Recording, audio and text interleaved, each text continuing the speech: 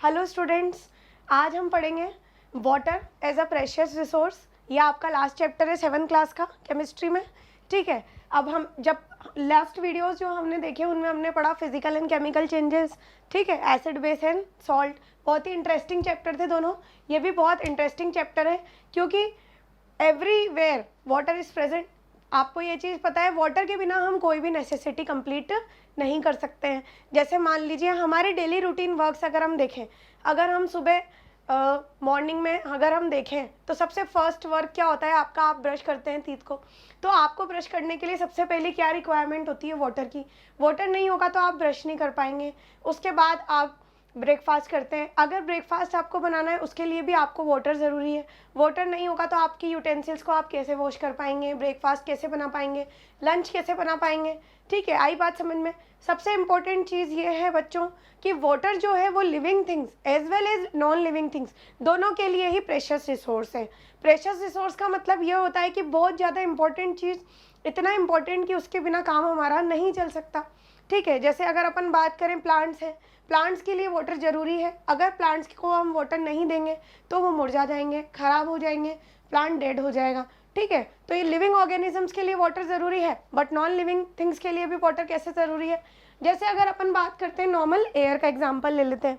ठीक है, जैसे अगर एयर है, ठीक है, अब हम कहते हैं कि रेनी डेज चल रहे हैं और रेनी डेज में क्या हो रहा है, वाटर वेपर इसके अंदर प्रेजेंट है। ठीक है, अब वाटर वेपर प्रेजेंट होने की वजह से क्या होगा, धीरे धीरे इनका वेट बढ़ेगा। वेट बढ़ने की वजह से क्या होगा, यहाँ पर प्रेसिपिटेशन होगा और प्रेसिपिटेशन होने की वजह से क्या होगा, दोबारा से रेन फॉर्म हो जाएगी। आई बात समझ में। तो वाटर किस फॉर्म में प्रेजेंट है यहाँ पर, स्टीम फॉर्म में। अब ये जो स्टीम फॉर्म है ये हम बोल सकते हैं कि ये गैसियस फॉर्म है वाटर की, और रेन जो है क्या, लिक्विड फॉर्म है वाटर की। तो नॉन लिविंग लाइफ में भी हमारे लिए वाटर उतना ही इम्पोर्टेंट है as compare to living things. जैसे मान लीजिए आपको कोई भी चीज़ की प्रिपरेशन करना है, ठीक है, तो आपको लिक्विड वाटर की ज़रूरत होती है। जैसे अगर अपन मान लें आपको पेंटिंग करनी है, चलो ठीक है, हम पेंटिंग करते हैं तो हमने कलर्स उठाए, क्या आप कलर्स सीधे ही पेंट कर दोगे, या फिर आप वाटर कलर्स में पहले वाटर को मिक्स करोगे, उसके बाद एक अच्छा सा पैसल बनाओगे, उसके बाद आप पेंटिंग स्टार्ट करोगे। बिना वाटर के आप वो भी नहीं कर सकते। तो हमारी लाइफ में वाटर बहुत ज़्यादा ज़रूरी है और बहुत ज़्यादा प्रेशियस है। और प्रेशियस इसलिए है बच्चों क्योंकि यह हमारी ज़िंदगी में बहुत ज़्यादा इंपॉर्टेंट रोल प्ले करता है। हमारी लाइफ में ये बहुत ज़्यादा इंपॉर्टेंट है इसलिए क्योंकि इसके बिना हमारे सेल्स जो है उनका भी मेटाबॉलिज्म डिस्टर्ब हो जाएगा। वाटर जो होता है वो बहुत इंपॉर्टेंट है क्योंकि देखो, जैसे हम हैं, अगर हमें कोई प्रॉब्लम होती है बॉडी में तो हम बोल देते हैं कि हमें डिहाइड्रेशन की दिक्कत हो रही है, या फिर हमसे चला नहीं जा रहा, हमें फेंटिंग की प्रॉब्लम हो रही है, तो वो इस वजह से ही होती है क्योंकि हमारी बॉडी डिहाइड्रेटेड हो जाती है। वाटर मॉलिक्यूल्स जो होते हैं हमारे सेल्स में उनकी कमी हो जाती है और उसकी वजह से हमारे मेटाबॉलिज्म डिस्टर्ब हो जाता है। ठीक है, तो वाटर जो है वो बहुत ज़्यादा इंपॉर्टेंट है। अब दूसरी चीज़ यह आती है कि वाटर आया कहाँ से, ठीक है, और वाटर किस किस लेवल पर हमारे एनवायरनमेंट में प्रेजेंट है। ठीक है, किस किस ग्राउंड्स पे हमारे एनवायरनमेंट में प्रेजेंट है, कौन से सोर्सेज से हम वाटर को इजीली ऑब्टेन कर सकते हैं, क्या सारा वाटर प्योर है, क्या सारा वाटर इम्प्योर है। अगर अपन देखें ऑल ओवर द वर्ल्ड कितना परसेंट वाटर प्योर फॉर्म में एग्जिस्ट करता है, कितना परसेंट वाटर इम्प्योर फॉर्म में एग्जिस्ट करता है, और कितना परसेंट वाटर ऐसा है जो कि है तो इम्प्योर जैसे सी वाटर की फॉर्म में, लेकिन उसको प्योरिफिकेशन प्रोसेस से हम क्या कर देते हैं, पोर्टेबल वाटर में कन्वर्ट कर देते हैं। अब पोर्टेबल वाटर क्या होता है, water fit for drinking is known as portable water. ठीक है, जिसे हम आराम से कंज्यूम कर सकते हैं उसको कह देते हैं हम पोर्टेबल वाटर। जैसे अगर अपन बात करें मिनरल वाटर, तो मिनरल वाटर क्या होता है, वाटर के अंदर जो बेसिक कंपोनेंट्स प्रेजेंट होते हैं वो क्या होते हैं, तो इसके बारे में बात करेंगे हम इस चैप्टर में। ठीक है, तो सबसे पहले हम ये देखते हैं कि जो वाटर है, अगर अपन बात करें सबसे पहले वाटर की, तो हम सबसे पहले बात करेंगे कि वाटर जो है इसका केमिकल फॉर्मूला जो होता है उसको बोलते हैं हम H2O। ये किससे मिलकर बना हुआ है, 2 parts of hydrogen and 1 part of oxygen.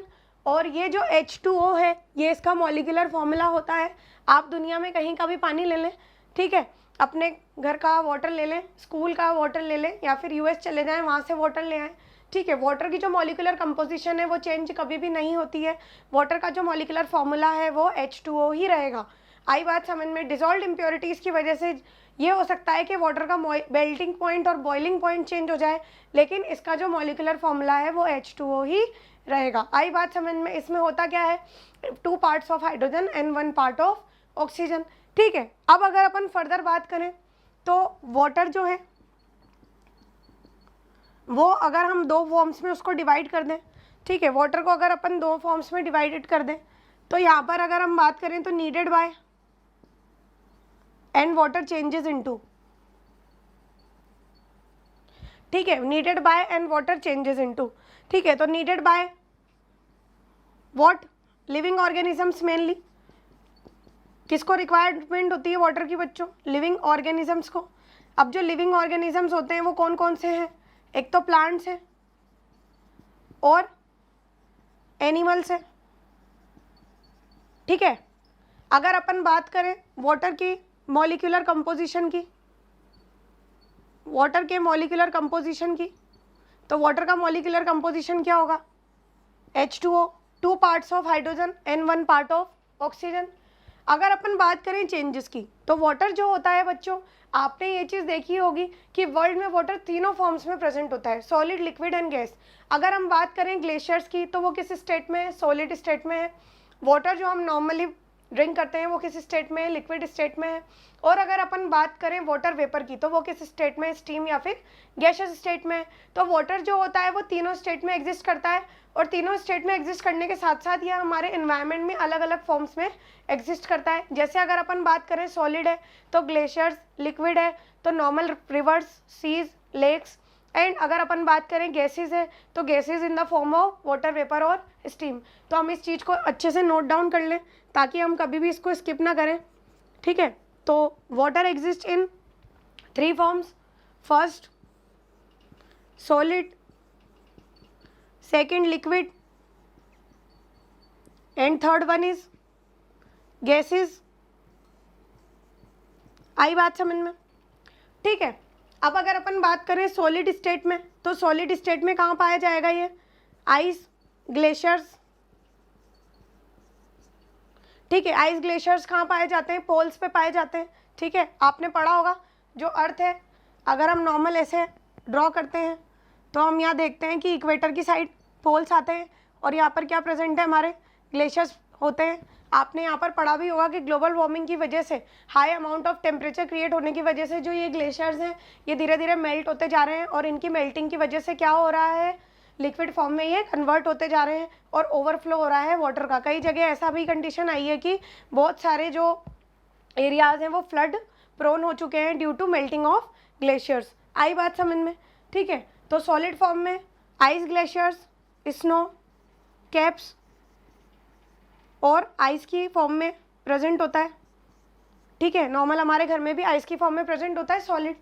Liquid की फॉर्म में अगर अपन बात करें तो लिक्विड की फॉर्म में बात करें तो कहाँ पर प्रेजेंट होगा? रिवर्स में और लेक्स में, सी में, ओशंस में। और अगर अपन बात करें गैसेस की तो ये किस में प्रेजेंट होगा? वाटर वेपर, और या फिर लिख सकते हैं और स्टीम की फॉर्म में, ठीक है। तो आपको ये अच्छे समझ में आ गया होगा कि जो चेंजेस हैं वाटर के वो तीनों स्टेट में हो सकते हैं, सॉलिड, लिक्विड एंड गैस। आई बात समझ में? नेक्स्ट मॉलिक्यूलर कंपोजिशन क्या है इसकी? H2O। मॉलिक्यूलर फॉर्मूला आप अच्छे से याद कर लें, इस पर लगा लें आप स्टार। नेक्स्ट नीडेड बाय, अब लिविंग ऑर्गेनिजम्स में प्लांट्स और एनिमल्स दोनों को ही वाटर की रिक्वायरमेंट होती है। तो क्यों रिक्वायरमेंट होती है उसकी बात हम करेंगे यहाँ पर। प्लांट्स जो हैं उनको रिक्वायरमेंट होती है किस लिए? फोटोसिंथेसिस प्रोसेस के लिए, फोटोसिंथेसिस प्रोसेस के लिए, ठीक है, ट्रांसपिरेशन के लिए। प्लांट्स ट्रांसपिरेशन करते हैं, आगे जाके आप पढ़ेंगे बायोलॉजी में कि ट्रांसपिरेशन प्रोसेस क्या होता है, ठीक है। एनिमल्स को रिक्वायरमेंट होती है किस लिए बेटा? वाटर की, डाइजेशन ऑफ फूड,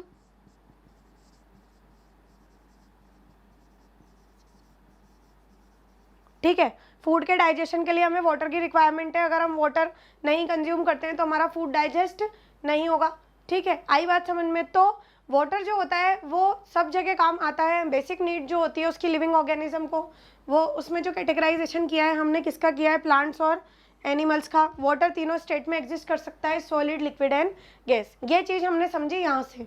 लेकिन सॉलिड, लिक्विड और गैस के कन्वर्जन मेथड्स जो हैं उनको हम क्या नाम देते हैं, क्या स्पेसिफिक नेम्स दिए गए हैं।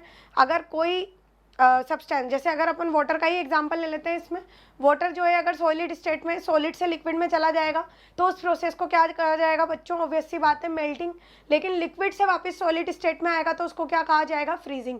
तो इस तरीके से हम टर्म्स से ज़रूरी है हमें सीखना, क्योंकि ये टर्म्स जो होती हैं वो एग्ज़ाम में कई बार पूछी भी जाती है। ठीक है, तो हम एक बार फेस चेंज देख लेते हैं इसका। तो यहाँ पर आप एक बार हेडिंग डालें और यहाँ पर लिखें, ये फ्लो चार्ट ड्रॉ करने के बाद आप लिखेंगे face changes of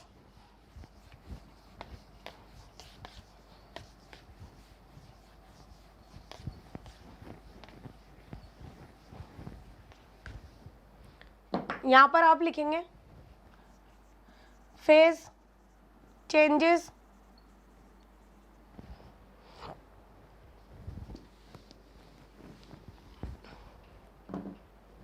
of water.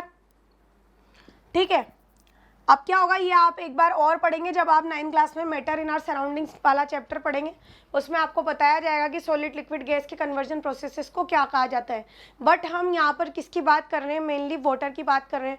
तो वाटर के जो कन्वर्जन प्रोसेस होते हैं सॉलिड, लिक्विड, गैस में, उन प्रोसेसेस को स्पेसिफिकली टर्म दी गई है और उस टर्म का नाम क्या है वो चीज़ हम इससे सीखेंगे फेस चेंजेस डायग्राम से। तो ये एक ट्राइंगुलर डायग्राम है जिसमें सॉलिड, लिक्विड, गैस तीनों ही स्टेट्स ऑफ मैटर हम बताएंगे।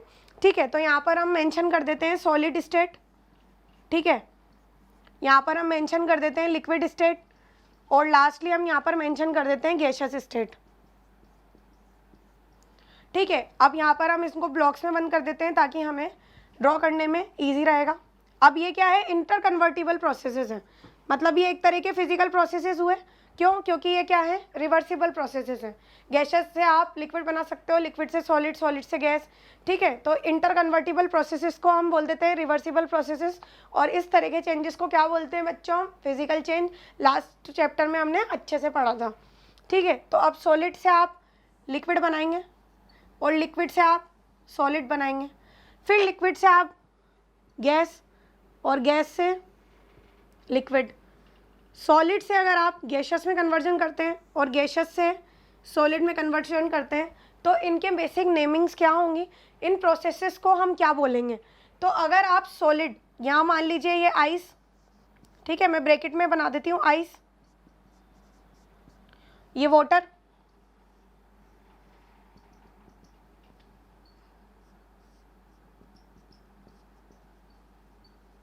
और ये स्टीम।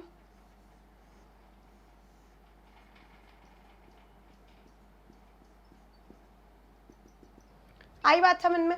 अब देखो, सॉलिड से लिक्विड में जब आप टर्न कर रहे हो बच्चों, ऑब्वियस सी बात है आपने फिजिकल चेंज में भी बहुत अच्छे से पढ़ा है इस प्रोसेस को। आइस को अगर अपन वाटर में कन्वर्ट कर देते हैं तो उस प्रोसेस को क्या कह देते हैं हम, मेल्टिंग। अगर लिक्विड से आप सॉलिडिफिकेशन कर रहे हैं, देखिए जैसे आपने वाटर लिया, ट्रे होती है हमारी फ्रिज की ट्रे ली आपने, उसके अंदर वाटर फिल किया, वाटर फिल करने के बाद उस ट्रे को आपने फ्रिज के अंदर रख दिया। ठीक है, तो आप लिक्विड से किस में कन्वर्जन कर रहे हैं, सॉलिड में। ठीक है, तो उसको क्या बोल देंगे हम, फ्रीजिंग।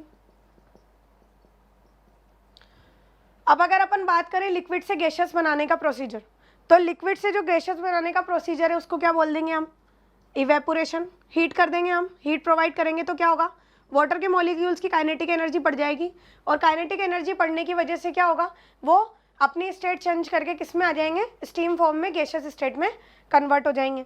अगर अपन बात करें गैसियस से लिक्विड स्टेट में कन्वर्ट करने के लिए, तो इस प्रोसेस को क्या कहा जाता है, कंडेंसेशन।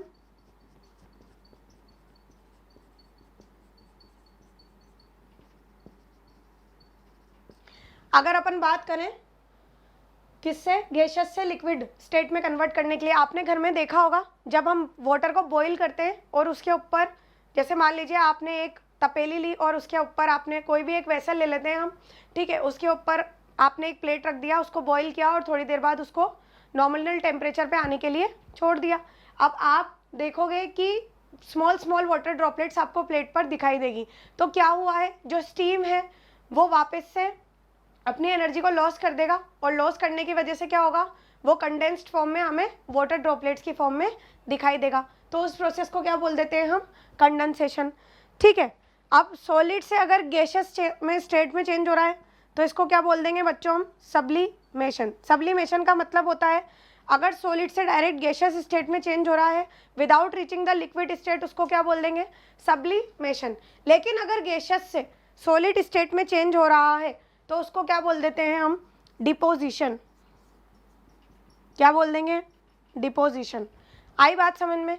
तो हमने इस तरीके से ये चीज़ सीखी कि फेज डायग्राम किस तरीके से बनाया जाता है, इसका फेज चेंजेस अगर आपसे पूछ लिया जाए वाटर का तो आप ये इजीली ड्रॉ करके आ सकते हैं। ठीक है, अब नेक्स्ट अगर हम बात करेंगे तो नेक्स्ट हम देखते हैं वाटर की अवेलेबिलिटी। वाटर की जो अवेलेबिलिटी है हमारे अर्थ सरफेस पे वो कितनी है। ठीक है, तो वाटर जो है वो हमारे लिए जो कंज्यूमेबल वाटर है वो कितना अमाउंट में, कितना परसेंटेज प्रेजेंट है, और जो अनकंज्यूमेबल वाटर है वो कितना प्रेजेंट है। ठीक है, तो उसके लिए मैं 2 डायग्राम्स आपके लिए यहाँ पर ड्रॉ करूँगी। तो यहाँ पर मैं फर्स्ट सर्कल ड्रॉ करती हूँ, ये सारे बार ग्राफ्स हैं। ठीक है, और ये जो रीडिंग्स हैं ये बिल्कुल एक्यूरेट रीडिंग्स हैं।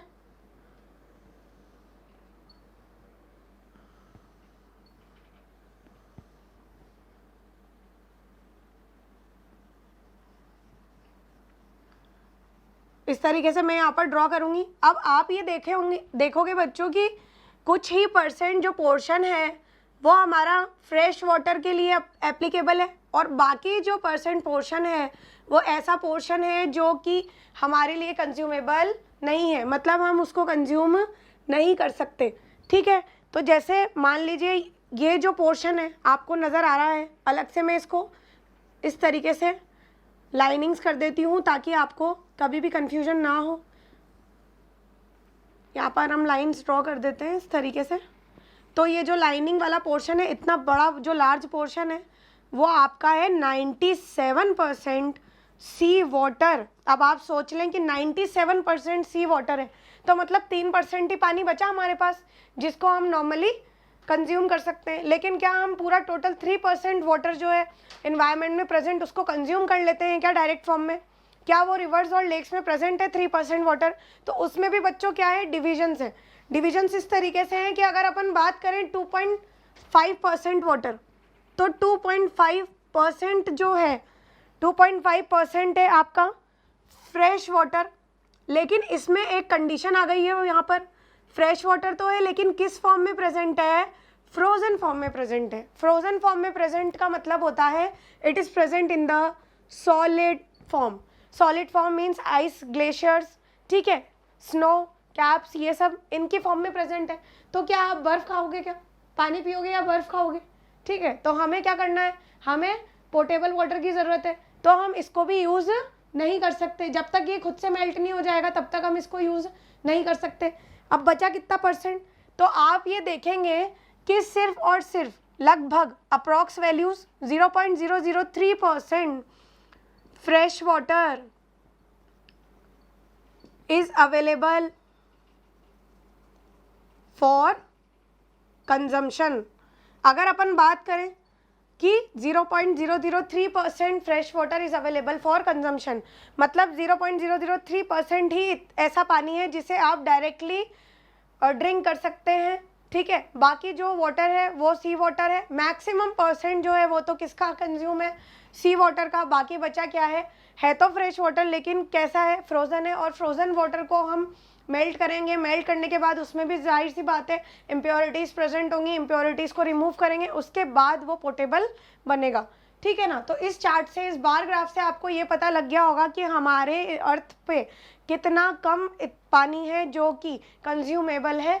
अगर हमें, इसलिए हम बोलते हैं हमेशा सेव वाटर सेव लाइफ, इसलिए ही बोला जाता है क्योंकि हमारे अर्थ पे ओनली 0.003% वाटर जो है वो as a fresh water available है ड्रिंकिंग पर्पसेस के लिए। बाकी जो वाटर है वो या तो सी वाटर है या फिर आइस ग्लेशियर्स की फॉर्म में एग्जिस्ट करता है। ठीक है, इसमें ही मैं एक बार ग्राफ और ड्रॉ करूँगी। वो आपको क्या बताता है, आपको नेक्स्ट इन्फॉर्मेशन देगा। ठीक है, अब यहाँ पर इसने इस तरीके से यहाँ पर ड्रॉ किया हुआ है और ये जो सर्कुलर पोर्शन है इस तरीके से ये मार्क्ड है।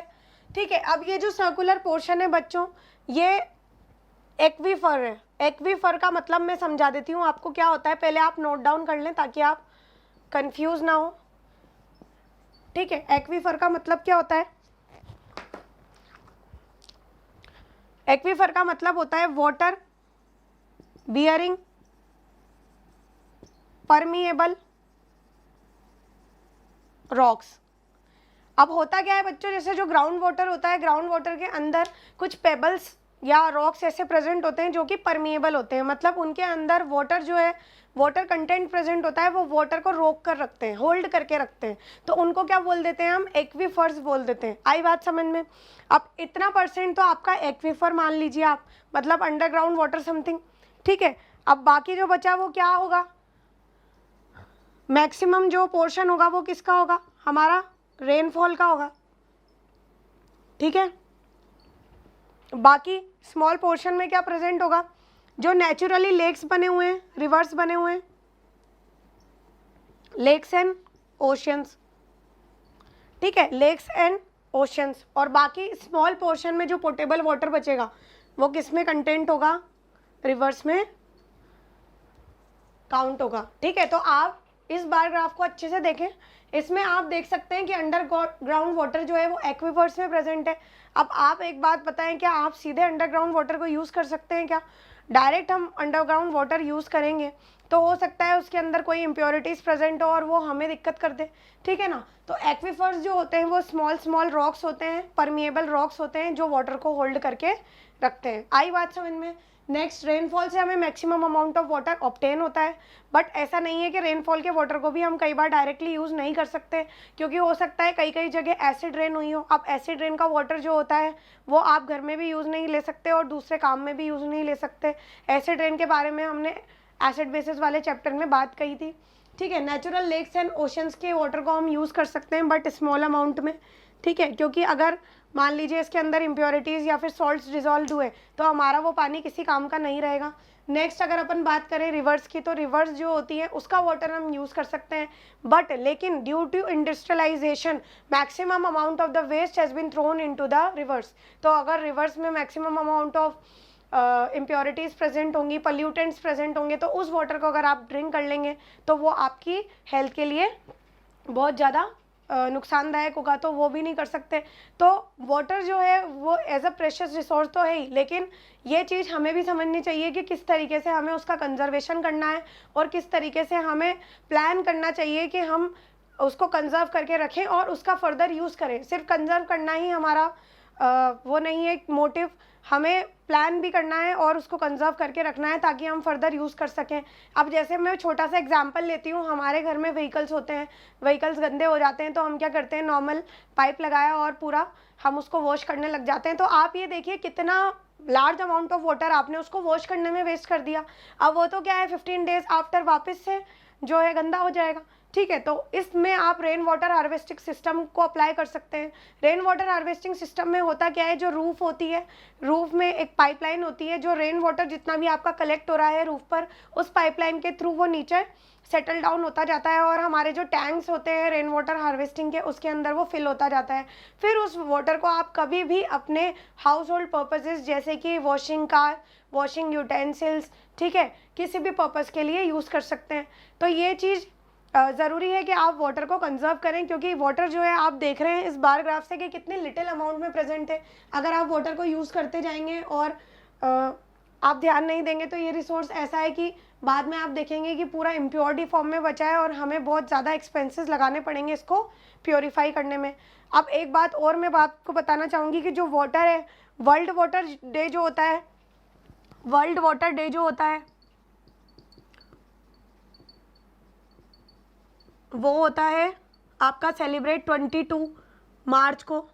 एवरी ईयर 22 मार्च को अगर आप हम देखेंगे तो वर्ल्ड वाटर डे जो है वो सेलिब्रेट किया जाता है।